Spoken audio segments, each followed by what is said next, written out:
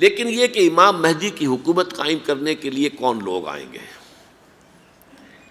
عرب جو ہیں وہ اندر سے کھوکھلے ہو چکے ہیں، عیاشی نے، دولت نے، پیسے نے، دولت، پیسہ، عیاشی، اس کی وجہ سے کھوکھلے ہو چکے ہیں۔ یہاں میں آپ کو دو حدیثیں سنانا چاہتا ہوں۔ سنن ابن ماجہ کی روایت ہے حضرت ابو ہریرہ سے رضی اللہ تعالی عنہ، قال قال رسول اللہ صلی اللہ علیہ وسلم اذا وقعت الملاحم بعث اللہ بعثا من الموالی ہم اکرم العرب فرسا واجودہ سلاحا یوید اللہ بہم الدین، رواہ ابن ماجہ عن ابی ہریرہ رضی اللہ تعالی عنہ۔ جب ملاحم کا دور شروع ہوگا تو اللہ تعالیٰ اٹھائے گا ایک لشکر یا لشکروں پر لشکر موالی میں سے۔ موالی کون ہے؟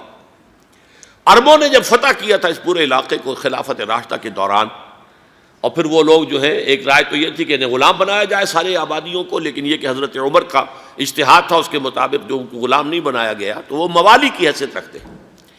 عربوں میں دم نہیں ہے، موالی میں سے لشکر اٹھیں گے کہ جو در حقیقت حضرت مہدی کی حکومت کو قائم کریں گے۔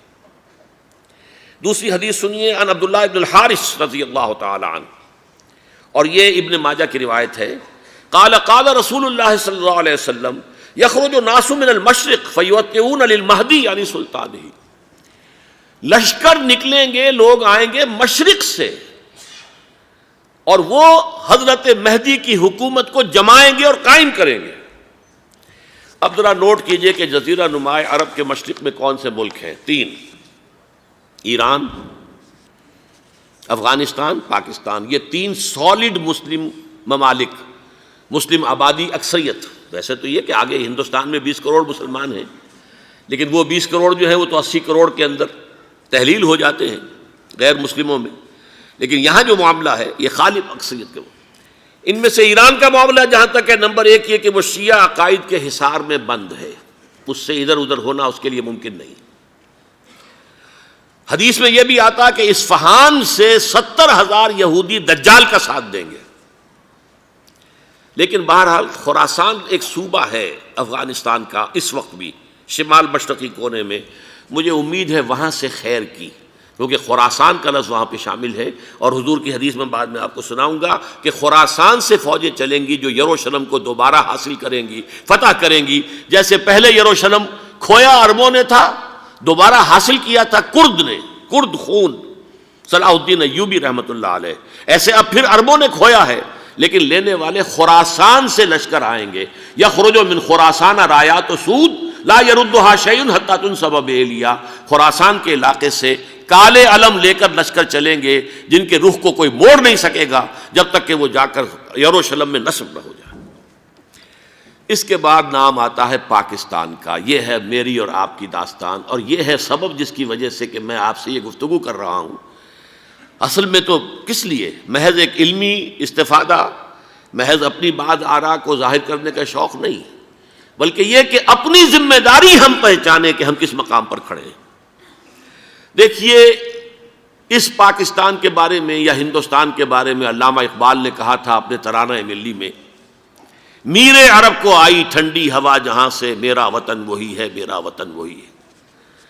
اور مجھے بتایا گیا کہ سنن ابی داؤد میں یہ روایت موجود ہے کہ حضور نے فرمایا کہ ہندوستان کی طرف سے مجھے ٹھنڈی ہوا آتی ہے، اگرچہ مجھے وہ حدیث ابھی نہیں ملی ہے، لیکن حزب التحریر کا ایک کارڈ مجھے ملا تھا، تو اس میں اس حدیث کا اور اس میں ابو داؤد کا روایت کا حوالہ موجود تھا۔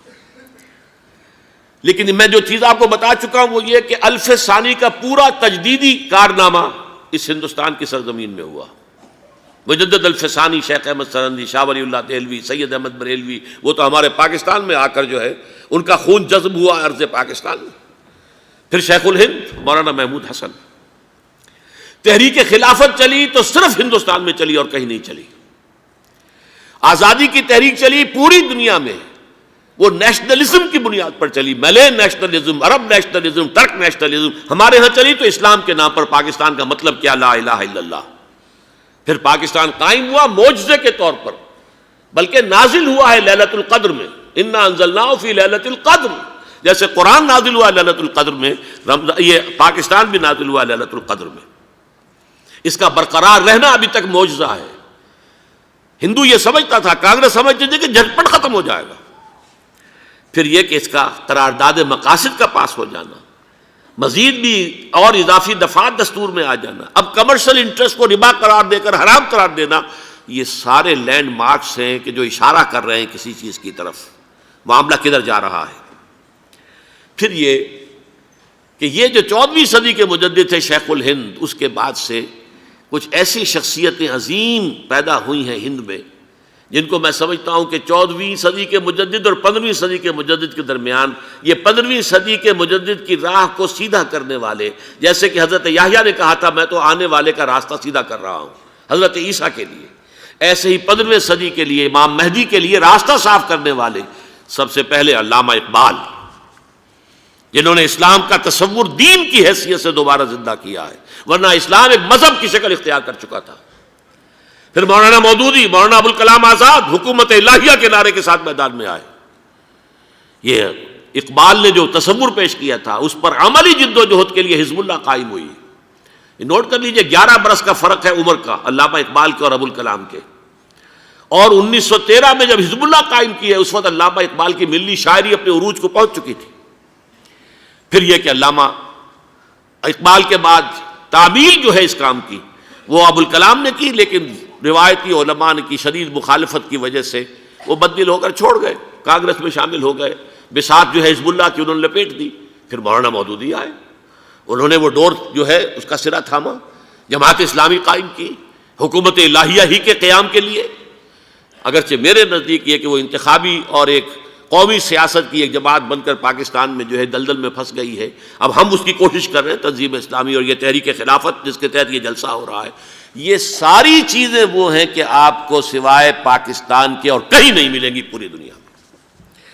معلوم ہوتا ہے کہ پاکستان کو بہت بڑا رول پلے کرنا ہے اس میں، اور اس کے ساتھ اب جمع کر لیجئے افغانستان کی عمارت افغانستان، اسلامی عمارت افغانستان قائم ہو چکی ہے۔ یہ پچھلے 20 سالوں میں جو کچھ وہاں ہوتا رہا ہے اس سے پہلے تصور نہیں ہو سکتا تھا۔ علامہ اقبال کے فرزند بھی دیکھ کر آئے ہیں، تو اگرچہ وہ خود میں سمجھتا ہوں کہ خاصے انہیں آپ لبرل کہیں، آزاد خیال کہیں، لیکن اس درجے متاثر ہو کر آئے تھے کہ انہوں نے یہ کہا افغانستان میں جو میں نے حالات دیکھے ہیں کہ اگر 2-4 اور مسلمان ملکوں کے اندر یہ نظام قائم ہو جائے تو پوری دنیا مسلمان ہو جائے گی۔ یہ سب کچھ کیسے ہو رہا ہے؟ یہ آنے والے دور کی جھلکیاں ہیں۔ Coming events are casting their shadows before. یہ سب بتا رہے ہیں کہ پاکستان افغانستان کو مل کر اس میں کوئی عظیم رول پلے کرنا ہے۔ اور اس کے ضمن میں اب میں علامہ اقبال کے بارے میں آخری بات کہہ رہا ہوں۔ علامہ اقبال کے بارے میں عام یہ خیال ہے، انہوں نے اپنے خطبات میں مہدی کا اور نزول مسیح کا، حالانکہ میں کل پڑھ رہا تھا مولانا سید احمد اکبر آبادی رحمۃ اللہ علیہ کا ایک مقالہ ان کا کہ علامہ اقبال نے ابن خلدون کے بارے میں یہ کہا ہے کہ مہدی کا اور نزول عیسیٰ کا دونوں کا انہوں نے انکار کیا ہے، حالانکہ ابن خلدون نے نزول عیسیٰ کا انکار نہیں کیا، صرف مہدی کا انکار کیا ہے۔ بہرحال علامہ اقبال نے خطبات میں انکار کیا ہے، لیکن یہ کہ اپنی شاعری کے اندر میں چیلنج کرتا ہوں کسی بڑے سے بڑے اقبال شناس کو، ان کا یہ شعر ذرا سنیے: خضر وقت از خلوت دشت حجاز آید بروں، کارواں زی وادی دور و دراز آید بروں۔ خضر وقت، امام وقت، رہنمائے وقت، قائد وقت، خلوت دشت حجاز، حجاز کی صحرا کی کسی خلوت گزینی سے نکل کر باہر آئیں گے۔ میں حیران ہوتا ہوں علامہ کے اس فکر پر اور اس مصرے پر۔ یہاں انہوں نے شیعہ اور سنی دونوں کے کانسیپٹ جمع کر دیے۔ شیعہ کا کانسیپٹ یہ چھپے ہوئے کسی غار میں وہاں سے برآمد ہوں گے، اور ہمارا کانسیپٹ میں ام سلمہ رضی اللہ تعالیٰ عنہ کی حدیث سنا چکا، چھپے ہوئے ہوں گے وہ وہاں پر، مدینے سے نکل کر آ کر مکے میں چھپ جائیں گے۔ اس خانہ جنگی کی حالت میں لوگ ان کی طرف دیکھ رہے ہوں گے، سوچتے ہوں گے انہیں میدان میں آنا چاہیے، کوئی پارٹ پلے کرنا چاہیے، امت کی رہنمائی کرنی چاہیے، لیکن وہ چھپیں گے، وہ کارہ ہوں گے، وہ اس ذمہ داری کو قبول نہیں کرنا چاہیں گے، جا کے چھپ جائیں گے مکے میں، وہاں سے مکے والے انہیں نکالیں گے، اور وہ کارہ ہوں گے، انہیں بالکل یہ پسند نہیں ہوگا کہ یہ ذمہ داری اٹھائیں۔ تو خضر وقت از خلوت دشت حجاز آیت بروں، کارواں زی وادی دور و دراز آیت بروں۔ کارواں جو چلے گا ان کی مدد کے لیے اس وادی دور و دراز، اس زی عظیم وادی دور و دراز، یہ وادی سندھ ہے۔ وادی سندھ جو ہے ہم سمجھتے ہیں کہ صرف یہ پاکستان اور پنجاب جو ہے یہ اس میں شامل ہے، سندھ اور پنجاب نہیں، افغانستان کا پورا مشرقی علاقہ اس میں شامل ہے۔ جیسے دریائے جہلم سندھ میں جا رہا ہے، جیسے دریائے گلگت سندھ میں آ کر ملتا ہے، جیسے دریائے چناب اور راوی اور جہلم اور یہ سب جا رہے ہیں اور آ رہے ہیں، اسی طرح دریائے کابل کہاں سے آ رہا ہے، دریائے گومل کہاں سے آ رہا ہے، ٹوچی کہاں سے آ رہا ہے، یہ سارا جو ہے ڈرین جو ہو رہا ہے ایسٹرن جو ہے پارٹ آف افغانستان، یہ سب وادی ہے۔ اس وادی کے یہ دو حصے ہیں، ایک حصہ جو ہے یہ ادھر پاکستان میں ہے اور اسی وادی کا دوسرا حصہ جو ہے وہ افغانستان میں ہے۔ کارواں زی وادی دور و دراز آیت بروں، کارواں چلے گا یہاں سے، یخرج ناس من المشرق یؤتون للمہدی یعنی سلطان ہی، مشرق سے فوجیں چلیں گی کہ جو مہدی کی حکومت قائم کریں گی، اور یخرج من خراسان رایات و سود، اور خراسان سے سیاہ پرچم چلیں گے کہ جن کا رخ کوئی موڑ نہیں سکے گا، حتیٰ تنصب بیلیا، یہاں تک کہ وہ جا کر یروشلم کے اندر نصب ہو جائیں گے۔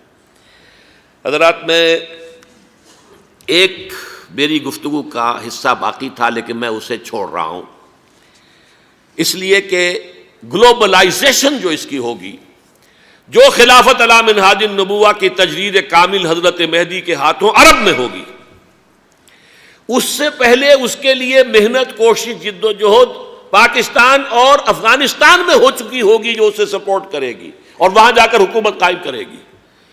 اس کے بعد گلوبلائزیشن کا جو مرحلہ اس کا ہے وہ حضرت مہدی کے ہاتھوں نہیں ہے، وہ حضرت عیسیٰ ابن مریم ان کے نزول کے بعد ہے، جن کے نزول کے بعد دجال کا خاتمہ ہوگا اور یہودیوں کا استحصال ہوگا، مسلمانوں پر بھی بڑی تکالیف عربوں پر آئیں گی، شدائد آئیں گے، لیکن یہ وہ میں حصہ ملتوی رکھتا ہوں کسی دوسری محفل اور کسی دوسری مجلس اور نشست پر۔